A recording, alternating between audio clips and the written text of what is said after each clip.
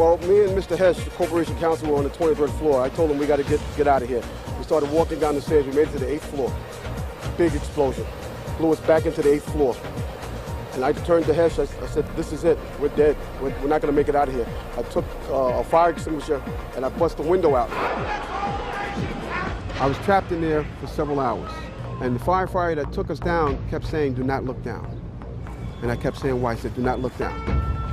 And we were stepping over people. And you know you can feel when you're stepping over people. This is something that, again, he had never been reported before. There were supposedly no casualties inside World Trade Center Building 7.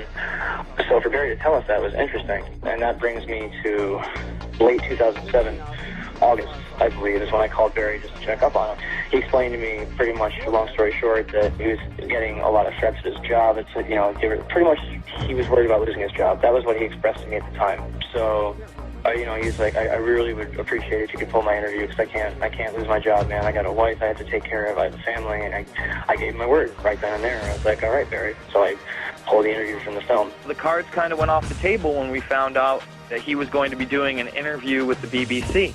The only thing that he seemed to change in his interview, and you watched that interview, it was very well edited, but the only thing he changed was that dead bodies comment. I said it felt like I was stepping over them, but I never saw them. And, you know, that's the way they portrayed me, and I didn't appreciate that, so I told them to pull my interview. I don't understand. Like, I wasn't trying to, like, misinterpret. Yeah, I mean, to any reasonable person, it would look like he was pressured into retracting his original truthful statements. This is where the story takes a turn for the worst. Barry was in perfect health before suddenly being admitted to the hospital and subsequently passing away on August 19th, 2008.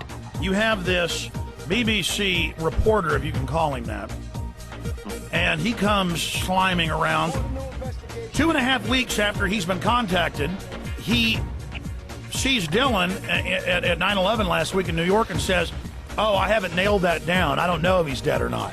Now, that right there, he needs to be interrogated on that subject.